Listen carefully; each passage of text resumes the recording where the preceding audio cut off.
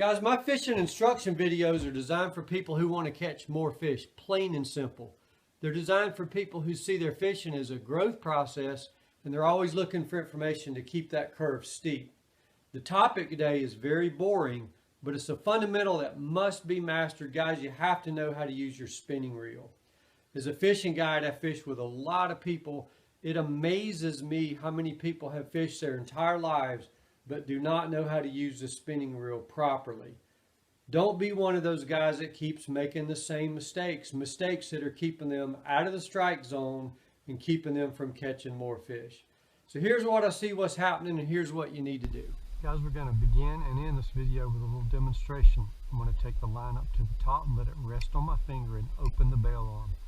Take a quick look. My line is not twisted around the rod tip, and I'm going to cast just right. But when it lands, click your bail closed with the rod tip low. Before you do anything, lift your rod tip up and it straightens your line out right here.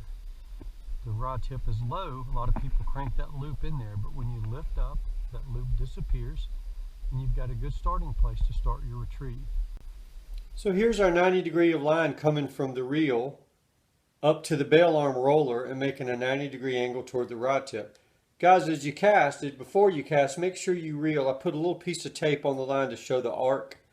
As you prepare to cast, bring the line to the top of its arc where it's closest to your rod and stop it there. It's very easy to put your finger on it from there and open the bail arm. And here's my 90-degree. The line is coming up from the spool and making a 90-degree out toward the rod tip. Guys, before you cast, always do a quick glance at your rod tip. You can see the line is going through the rod tips, hanging straight down, and the line between the next to last guide and the tip guide is perfectly straight. Boy, this is a mess, and you'd be surprised how many people will make a cast with the line in this position. You can see that the line does not go all the way through the tip guide and straight to the ground. It's actually wrapped around the blank just before the tip. So make a quick look at that section between the next to last guide and the tip guide and make sure your line is straight and you're locked and loaded. So two very important fundamentals regarding using the reel. When you let the line rest on your finger and open the bail arm, don't squeeze the line up against the rod tip. Just be sure to let it rest on your finger. You will cast much more accurately if the line is just resting on your finger. And second, guys, never, ever use this crank to close the bail arm. Just flip it with your hand. It will open and it will close by doing it with your hand, not your crank. Never, ever close your bail arm with your crank. We'll get into reasons later why you never want to do that. We're going to begin and end this video with a little demonstration. I've reeled my line up to my top, let it rest on my finger.